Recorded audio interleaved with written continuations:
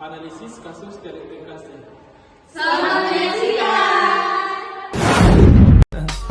I just had to let you know you're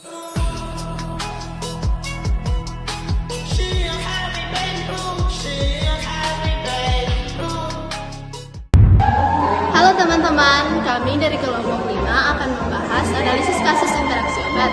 Dan saya sebagai apoteker pertama.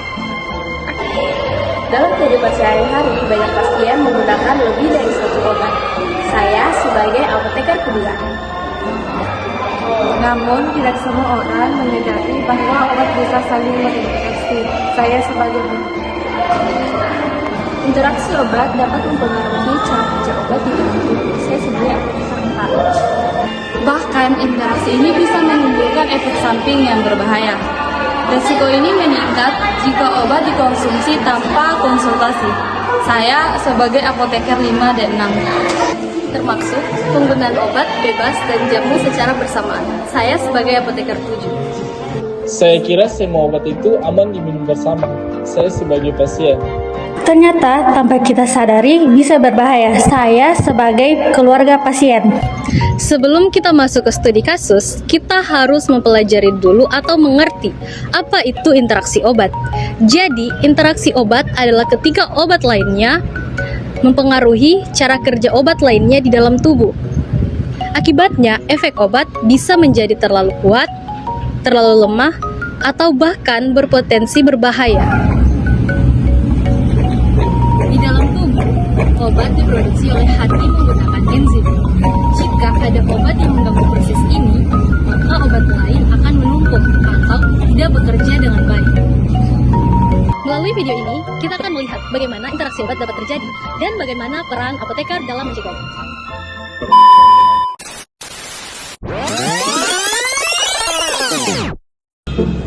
Aduh, kenapa pusing sekali kepala aku? Kenapa pucat sekali, Pak? Sudah minum obat? Sudah dijamin semua itu obat biasa sama antibiotik. Bukannya kemarin minum kejamu juga? Iya, biar cepat sembuh. Pada tahap ini, pasien mulai mengkonsumsi sekaligus beberapa obat tanpa mengetahui potensi interaksi.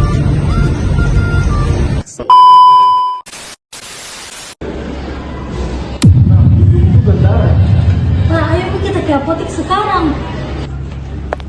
Selamat siang Pak, silakan duduk. Yang bisa saya bantu Pak? Bapak saya lagi pusing dan pingsan, Bu.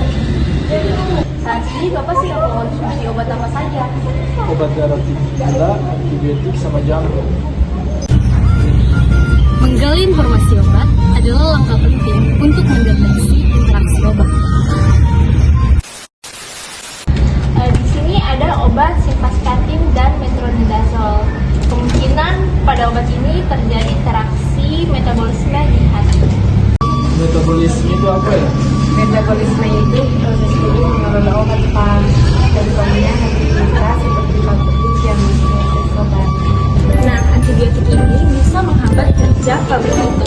Akibatnya obat lain menumpuk dan efeknya jadi terlalu kuat. Oh, jadi itu yang bikin saya pusing ya? Iya Pak, bisa juga menyebabkan Interaksi ini disebut interaksi metabolisme, di mana satu obat dapat menghambat pemecahan obat lain sehingga terjadi penumpukan di dalam tubuh. Perhatikan ya Pak. Oh, saya kira yang jual itu sudah bisa aman. Banyak masyarakat menganggap jamu itu aman, padahal jamu dapat berinteraksi dengan obat medis. Jangan menambah obat tanpa konsultasi, selalu memberitahu obat yang digunakan. Untuk sekarang, sebaiknya Bapak konsul kembali ke dokter. Terima kasih, sekarang saya mengerti. Kami akan berhati-hati. Dari kasus ini, kita mempelajari bahwa interaksi obat dapat terjadi tanpa kita sadari. Kombinasi obat, antibiotik, atau bahkan jamu dapat menimbulkan efek berbahaya. Sekian dari kami. Terima kasih.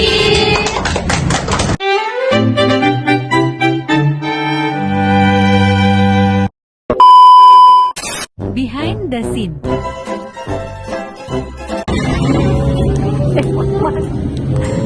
Kasih pindah asbak sedikit.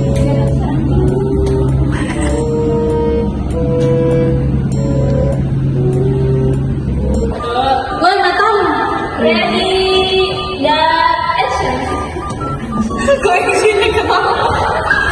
Oke, 1, 2, 3. Kami dari kelompok 5 akan membahas tentang kasih. Siapa yang salah? Dengan judulnya.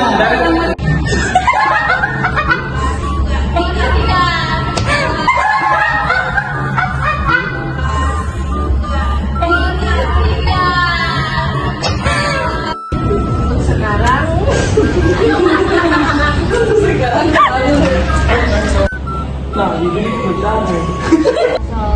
Kemungkinan pada obat ini terjadi interaksi metabolisme di hati. Halo teman-teman, kami darah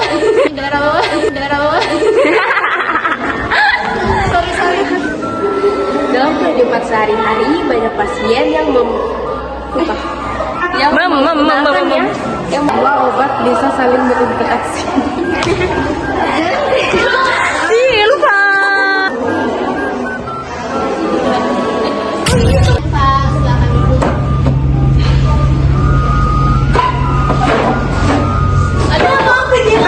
Iya, sudah diminum semua ki.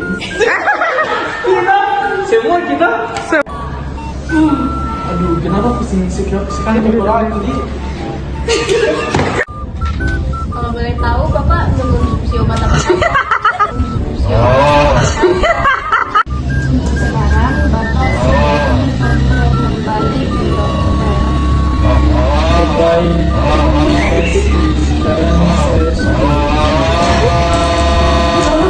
Nah, antibiotik ini bisa menghambat kerja pabrik itu. Metabolisme itu apa ya? Metabolisme itu